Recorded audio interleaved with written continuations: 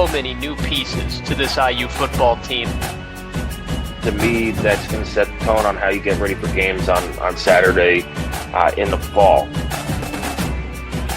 I would put that Indiana room up against anybody else in the conference, and that's something that we typically don't even come close to saying. If you want to get total sickos committee about it, there's a position battle at long snapper too.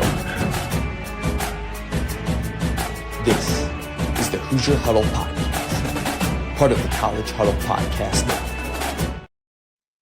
All right, good afternoon and welcome to a basketball podcast for Hoosier Huddle. We will update our video as soon as possible as well to include basketball. I'm Sammy Jacobs. Along with me is TJ Inman, and we're presented by Heartwork Brewing.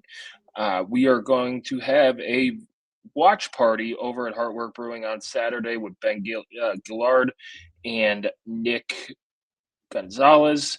On Saturday, starting at noon, to go over to watch the IU Penn State game, and they'll have a live reaction show afterwards. But it is basketball season.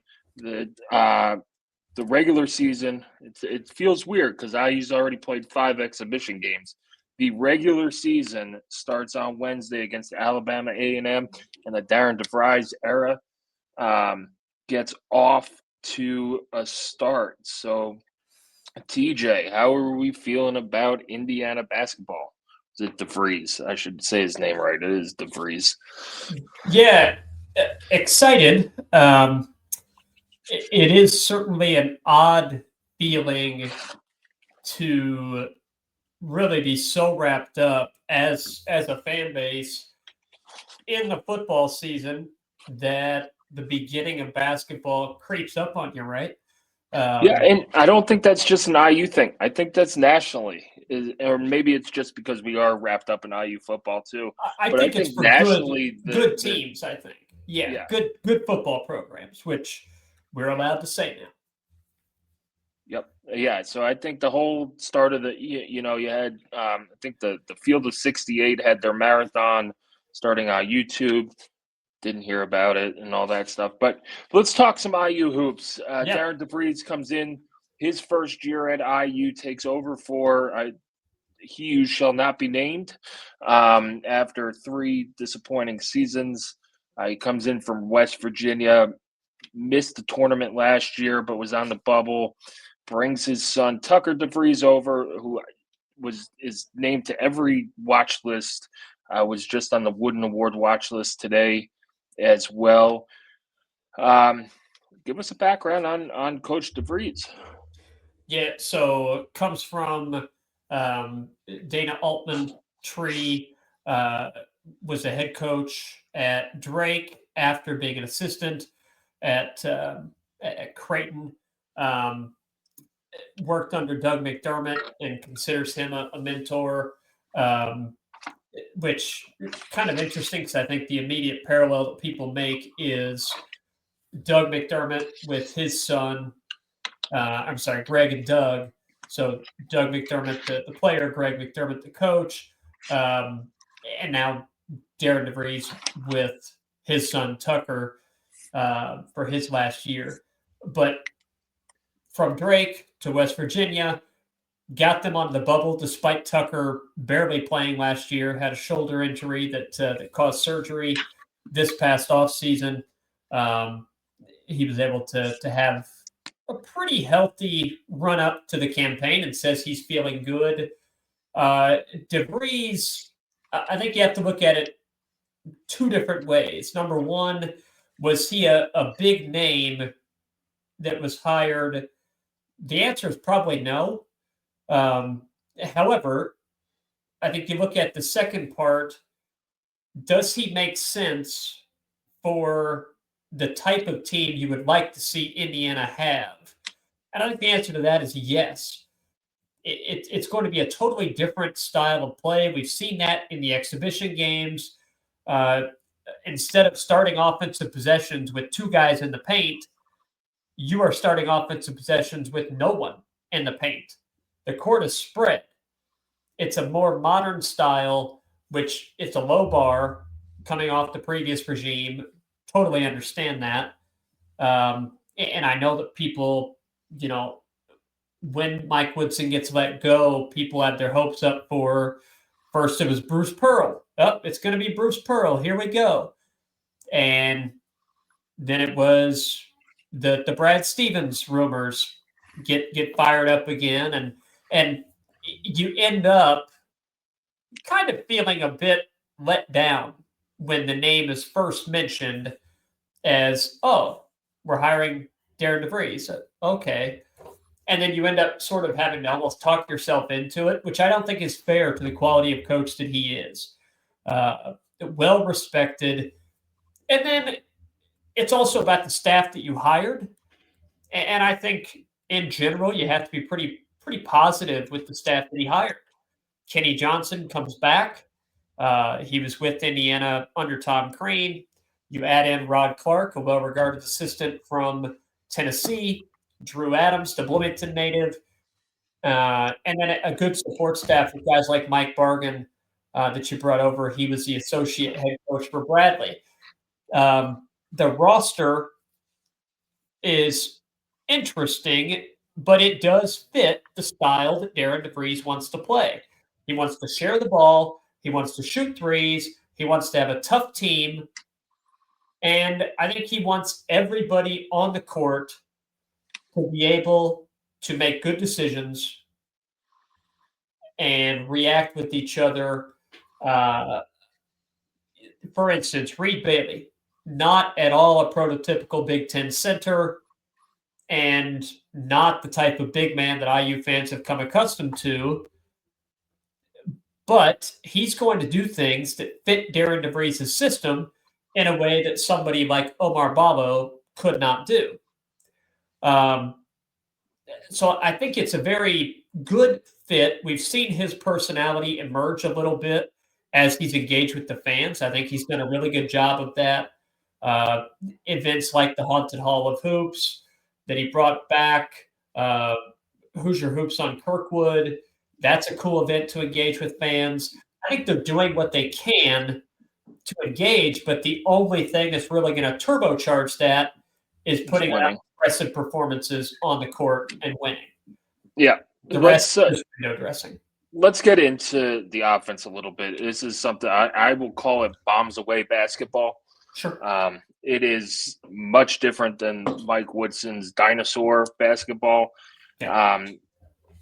To me, this will be – Indiana's going to shoot a lot of threes. They're going to shoot a lot of threes. They'll get to the free throw line, but they'll hunt that three, and they're pretty good at it. Now, they're streaky.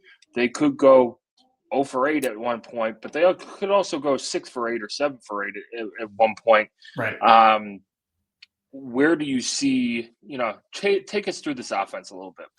Yeah, so – The best point that's going to illustrate this is to look at a shot chart, right? And we'll have that as kind of a feature on our podcasts moving forward. It's going to be some type of graphic with a shot chart, right?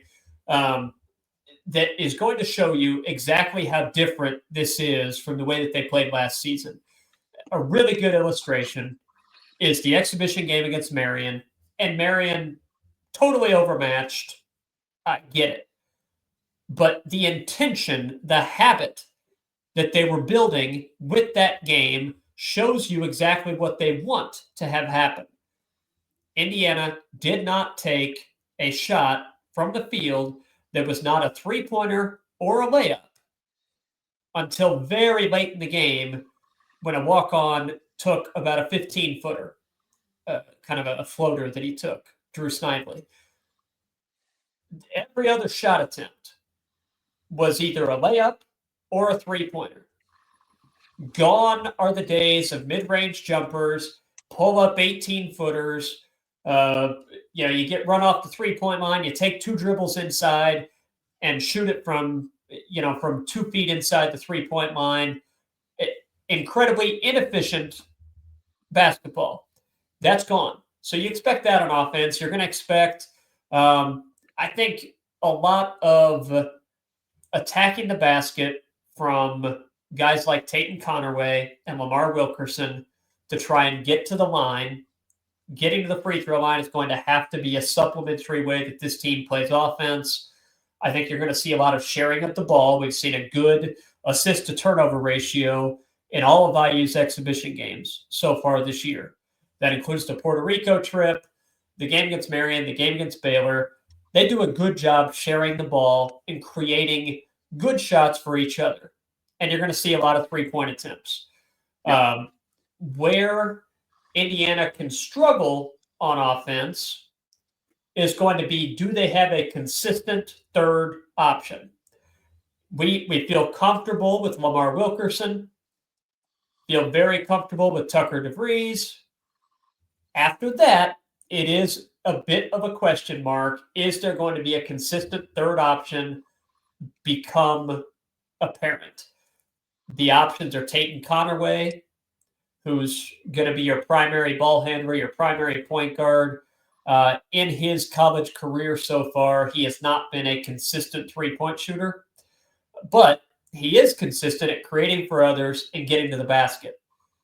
So if he can add one or two more three-pointers per game, that's a consistent third option. If it's not him, is it going to be Reed Bailey? I have my doubts about that in the Big Ten, given the number of quality big men he'll have to go against.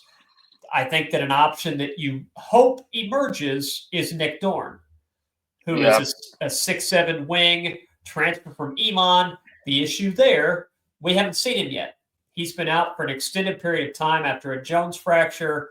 He's supposed to be ramped up, might play on Wednesday night. They certainly hope to have him back for Marquette, but it's going to take him a little bit of time to get into the rhythm of things. But he's a guy that could be that third option. But I think that's the problem that could develop for this team is if one of those two primary options get taken away, what do they do? Yeah. What was good about the exhibition game against Baylor, and Indiana struggled early. They weren't hitting shots, and they didn't have that third option. They struggled with Baylor's length and athleticism. That's something that they can't replicate in practice, right? They don't have it. They don't even have enough guys to run 5-on-5 in practice right now. But that's where Nick Dorn, if he comes back and plays, I think we see him on Wednesday. I think that was the Jeff Goodman report that he's cleared to go. How many minutes? Right. Probably not many. But here's the thing. You probably don't need him for all that many minutes. It's, hey, get your workout in, get your wind underneath you, because then you go play Marquette. And then after that, you have Milwaukee, Incarnate Word, Lindenwood before Kansas State comes to Bloomington on November 25th. So you have a little bit of runway to get him ready. But, what impressed me most, and I think what made IU fans happy, 20 of 21 from the free throw line, and they were clutch free throws. Actually, the one they missed was at the end of the game, I think. Yeah, the last one. Yeah. The last one. So they hit 20 in a row until the last one. But when they get to the line, they're going to cash in on those free points. For me, offensively, and it's going to be very fun to watch because it's a new modern brand of basketball. What could get frustrating is how streaky Wilkerson could be and if shots don't go down. But that's going to happen. On the defensive end, and you saw this, we didn't get to see the games in Puerto Rico, but we saw the two exhibition games. They play extremely hard. Yeah. And my concern with that is, do they have enough guys to keep that up for the whole season? They need guys back. If you don't get guys back, it is very difficult to play with that type of energy all the time for 31 regular season games with 7 dudes. And foul trouble as well. Foul trouble. And we against Baylor, they decided, hey, it's an exhibition. We're not going to foul guys out. But Wilkerson would have fouled out twice. Wilkerson and who was the other guy who was going to foul out? I think Connerway. I think Connerway Wilkerson and Connerway each finished with 6 fouls. Yeah. Baylor also had 2 guys foul out too. So it wasn't like, oh, hey, it was one-sided. But yeah, and when I asked this question at Media Day was, what's your defensive philosophy? It was to be physical and aggressive without fouling. Yes. And I think that's something that this team has to learn. And we'll see. Look, you're playing in the Big Ten. You know the officials are going to call it one way for 5 minutes, another way for another 5 minutes, Yeah. back to a third way for the next 5 minutes. But for having 13 new guys on this team, they move and communicate so like they've been together for years. Yeah. And that's good to see. And I think again we talked about Nick Dorn and length. Connor Enright, I think, is a liability on defense. You put Nick Dorn in his spot and you become a lot better defensively. I think Sam Alexis is not the rim protector, but the guy who will be down low, doing the dirty work, getting those rebounds and things like that, because that's where Baylor kind of took advantage, was on the offensive boards and offensive glass. Yep, the two big issues for this team on defense are going to be rim protection. You're right, Sam Alexis is not the ideal rim protector, but on this team, that's the role that he fills better than anybody else. He's just 6'9". I don't think it's a weakness on this team that necessitates good on-ball defense to keep opponents out of the lane. If your perimeter defense is really locked in, and as you mentioned, guys are communicating really well, they're rotating well, they have a good grasp of when to switch and when to stay with their guy. If all those things are locked in, rim protection becomes a little bit less of an issue because guys aren't constantly blowing by you to get to the basket. If you're unable to keep players when they're attacking off the dribble from getting to the rim, then rim protection or the lack thereof is going to be a huge problem. So we're going to keep an eye on that for sure. Tatum Conaway plus defender. We'll see if he's elite going against really good lead Big Ten guards, but he's a plus defender. Lamar Wilkerson is very aggressive and takes chances to create deflections, create turnovers, but those chances also potentially lead to fouls. Those chances also potentially lead to guys getting by him because he took a chance he shouldn't have. Tucker DeVries, adequate defender, but you're not asking him to be great on that end. Reed Bailey, he's better defending on the perimeter. If he can, switch and guard a guy out there, he's good for that. But you can't expect him to bang down low and come out on the better end of it against a lot of Big Ten big guys. No, when we saw them practice and all that stuff in their zone defense, he was at like the point of the zone at the top of the key and stuff like that. So I think that's where he understands how to defend. His physical limitations are something that you might not be able to overcome against good Big Ten interior players. And I think that is kind of a base level expectation or maybe reality for Indiana fans is there are athletic and size limitations that this team has that are going to prevent them from winning some games. I think that you could see that show up early in the year against Louisville and Kentucky. You could.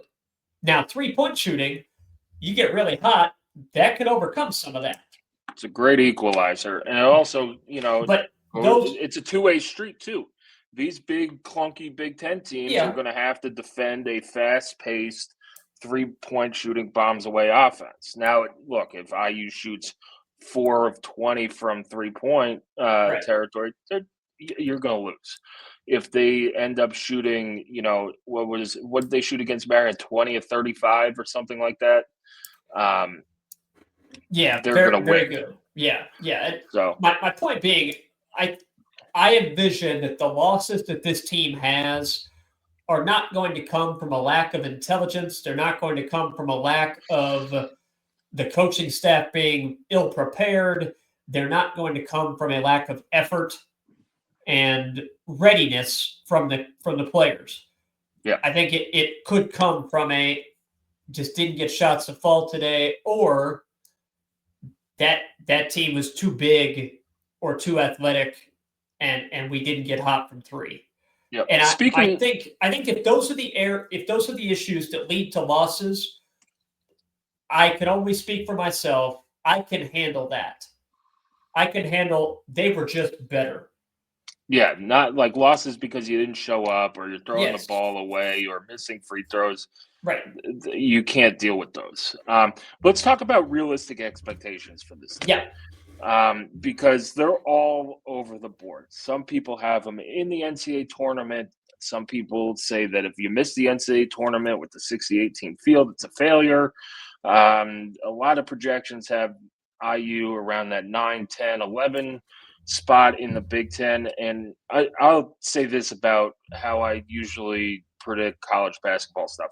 I don't say any team's a Final Four team. That tournament is such a crapshoot most of the time that you could be the best team in the country and you run into a team who shoots 30 35 from downtown and your season's over. But realistic expectations for this team, I will do it like I did football. Play hard, play smart, win your home games, and just play a brand of basketball that the fans enjoy. If you do that, you should be able to win enough games to make the NCAA tournament. And I do think where they play 20 Big Ten games, if you go 10-10 or 11-9 in the Big Ten, probably going to make the tournament. Yeah.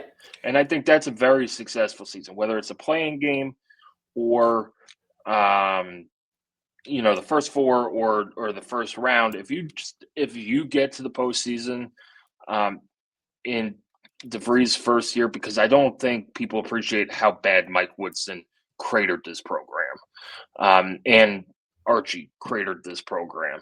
It's a great first step in the first year where you could build off of it in recruiting in the portal. So my expectation, you win between 9 and 11 Big Ten games.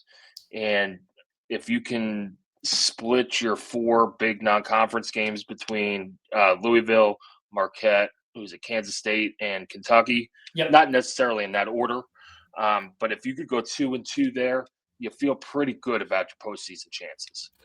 I would agree. Yeah, you win those bye games, and you have to do so in not necessarily impressive fashion, but you cannot consistently underperform your metrics.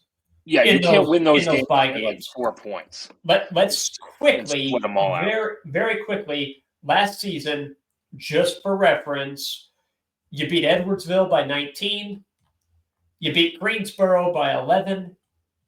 You beat Sam Houston by 26, Miami of Ohio by 19, Chattanooga by 9, Winthrop by 9.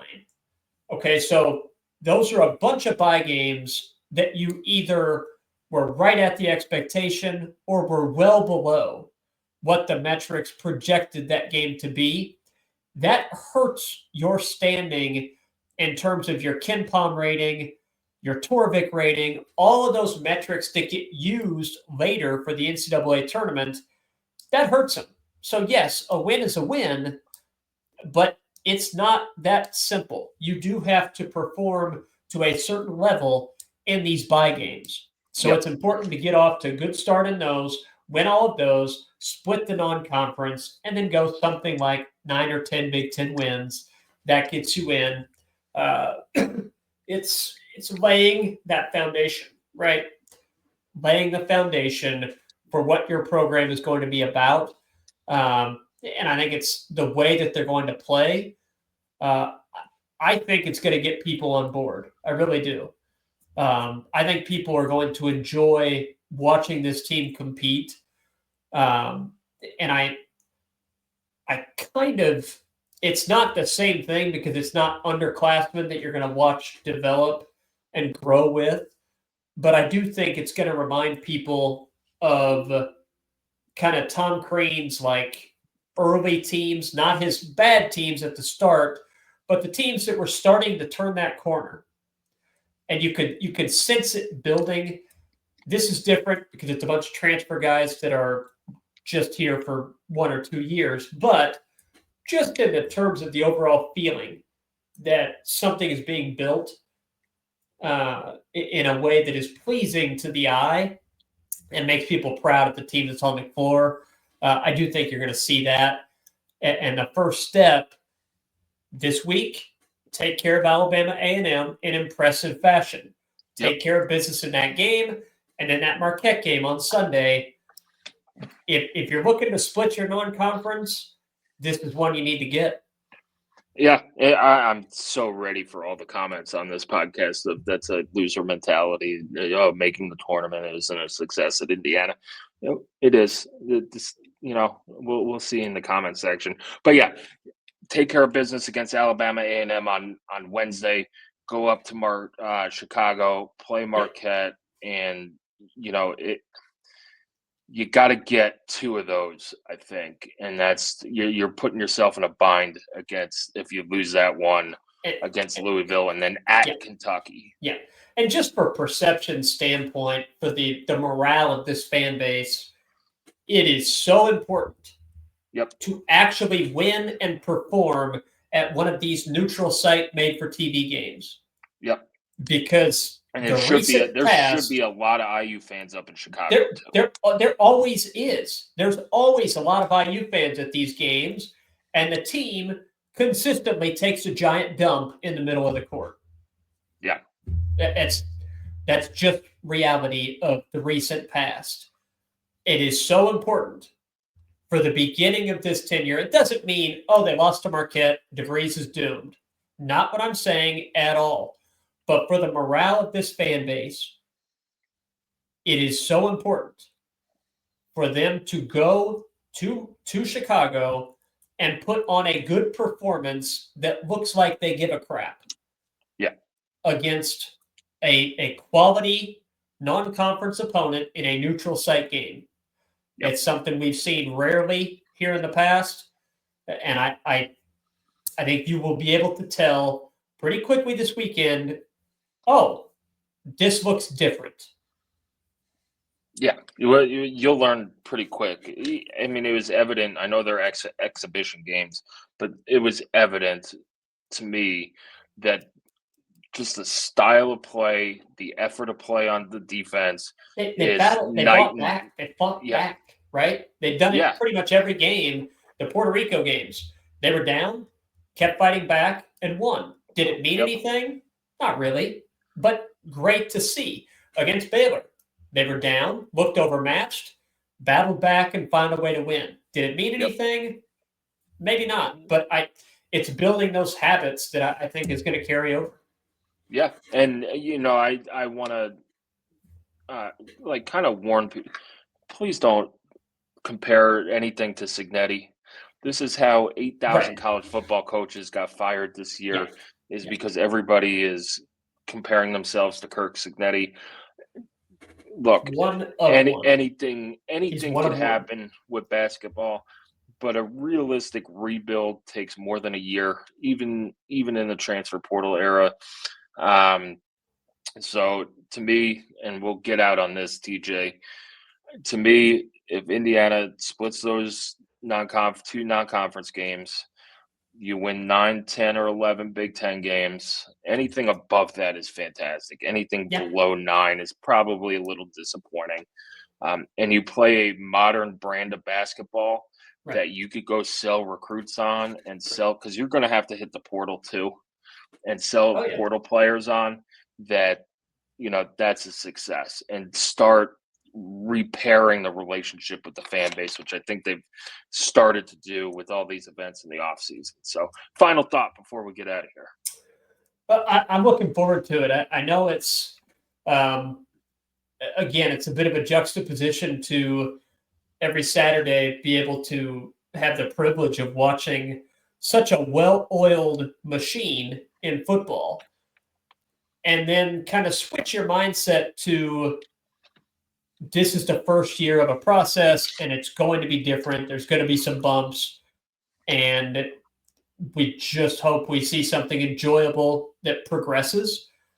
So it's a bit of a mental gymnastics that have to be done to sort of recalibrate what you're hoping for, right? Yep. Realistically hoping for. But I really do think that there's going to be some enjoyment on my end, and I can't speak for how other people want to approach things, but some enjoyment on my end in watching these guys compete together and play a brand of basketball that's fun to spend a couple of hours with a couple times a week instead of dreading, Yeah. oh, Oh God, we have to watch this game. I've got to watch it, and I feel like I have to watch it out of obligation because that's what I do. I'm a creature of habit. IU is on. I'm watching IU. I think that we will enjoy being out of that loop.